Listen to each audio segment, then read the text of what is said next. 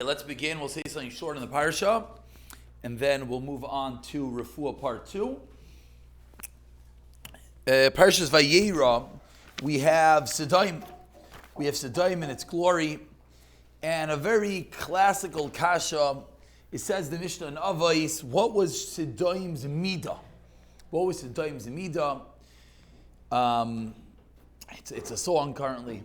Shali, Shali, v'shalach, shalach. Zui Maisa Sedomite. So mine is mine, yours is yours, that's Sedomite. If you were to tell this to an unaffiliated person, you tell them, they're these the worst people in the world. Oh yeah, really? What's there? What's terrible about them? So you tell them, what's theirs is theirs and mine is mine. What's so bad? What's so bad? You say, no, you don't know. You know what they do? When you come to them, if you're too short, they stretch your legs out. You're too long, they cut your feet off. They're putting you with the bees and the honey, and you can't steal, and you can't. Well, that's terrible. That's horrible. No chesed. You're right, that sounds terrible. But what in the world does that have to do with the Mishnah? Shali, shali, v'shalach, shalach. It's a good kasha. Everyone asks the kasha. It's not my kasha. Everyone. Starting with Rabbeinu Yaina on the Mishnah itself. So Rabbeinu Yaina says a very simple answer. We have to understand and appreciate what is tzedakah. Says Rabbeinu Yaina, if you are a person that doesn't give tzedakah, you are a rasha. Shali, shali, shalach, shalach, rasha.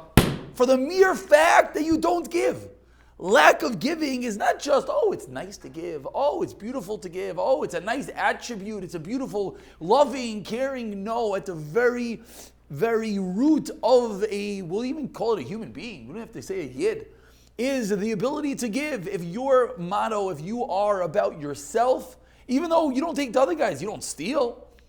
Says Rabbeinu Yaina, that's a rasha. Okay, very nice. Rav Hirsch says something very nice also.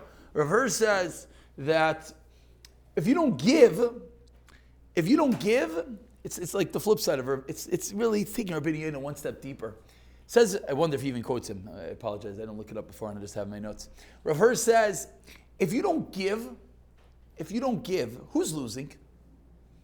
You're losing. Why are you on this world? Lemitav la'achrini. You are here for someone else. You are not here for yourself. If you don't give, you're missing the very reason why you are on this world. Shali, shali, shalach, shalach. You missed the boat. There was no reason to be created. Why? Hashem just had a few extra cells to put down in this world. Says Rav Hirsch, that's why they're a rasha. Okay. Also beautiful. But really the pshat that I wanted to bring out is Rav Shalom Shadzron. Shalom Shadzron says something beautiful. Says Rav Shalom Shadzron, you know why Sedomite, Rishayim, the worst? Because this was their mantra. This was their shita. You want to do something wrong. You want to have problems. You want to even maybe not give.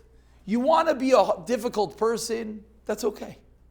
When it becomes a shita, this is who you are. Sedomite's people, the sign was, we do not give. We keep to ourselves.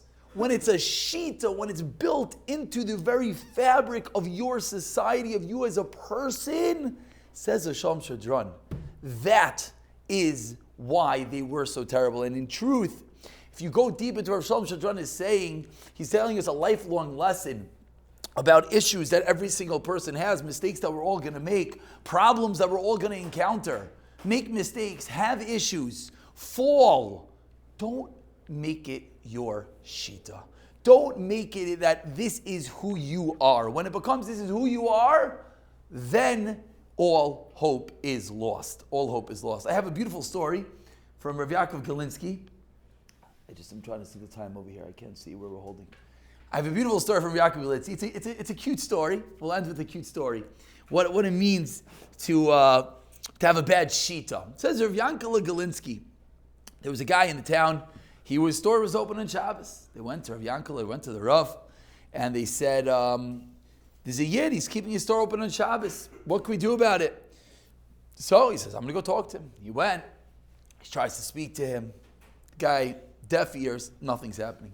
Okay, what are you going to do? Weiter in life, as they say. A few weeks later, they come back to the Rav, they come back to Ivan Kukulinsky, and they say, Rebbe, it's gotten worse. He said, what's gotten worse? He says, the store is open, and there's a sign. It's a store that sells milk. There's a sign, and it says that the milk is kosher. Not only is it kosher, it says, B'hashkochas harav. It's under your hashkacha. He says, okay, this is too much. This is too much. So he says, he goes to the person, and he says, listen, between you and God, ben adam l'makayim, I hear, it's not your thing. But ben adam l'chaveiroi, I'm a person. How dare you say such a thing? It's just so not nice. The guy says, what do you mean? He says, you wrote that the milk's under my hashkacha. He says, it is. He says, what are you talking about? It's under my hashkacha. So the guy says, I went to the mikvah, and I asked the mikvah, whose hechsher is the mikvah under? They said, the Rav. He said, Gevaldik. So every morning, I go to the mikvah, which is under your hashkacha.